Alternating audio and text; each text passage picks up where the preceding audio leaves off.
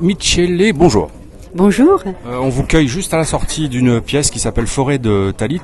On va peut-être commencer par expliquer ce qu'est un talit, comme ça on va rentrer directement dans le vif du sujet. Oui. Un talit, c'est le châle de prière de la tradition juive et sous lesquels j'ai voulu faire entendre un tissage de contes, de récits, de chants, d'histoires très drôles pour faire entendre l'âme de la mystique juive. Oui, parce que effectivement il est question de culture juive, mais plus particulièrement sous l'aspect mystique.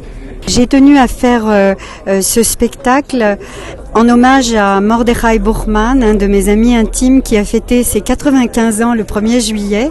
En fait, ce que je voulais, c'est faire entendre l'au-delà d'une culture, l'au-delà de toute religion en réalité, parce que les mystiques à ce niveau-là se rejoignent tous, qu'ils soient de la tradition bouddhiste, hindouiste, musulmane ou chrétienne. On les retrouve tous au même endroit, dans cette source de vie qui est chacun d'entre nous et qui nous appelle, qui nous accueille. Comme je le dis dans ce spectacle, le talit représente le divin que nous sommes, qui nous prend dans ses bras et qu'à l'intérieur, nous sommes contenants et contenus à la fois. C'est-à-dire que nous sommes divins.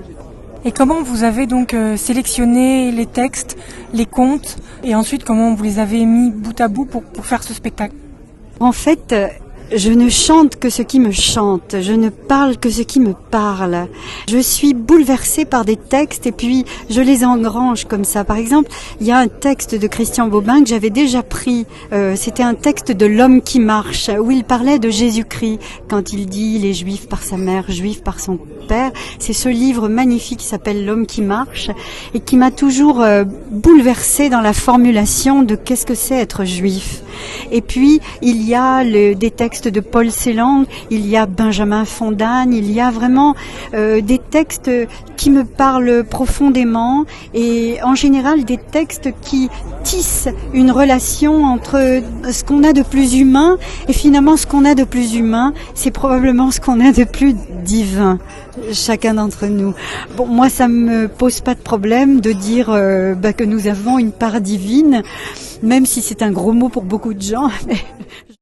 Dans tous mes spectacles, je parle en réalité de tous ces sages qui sont pour moi ce que j'appelle des éveillés.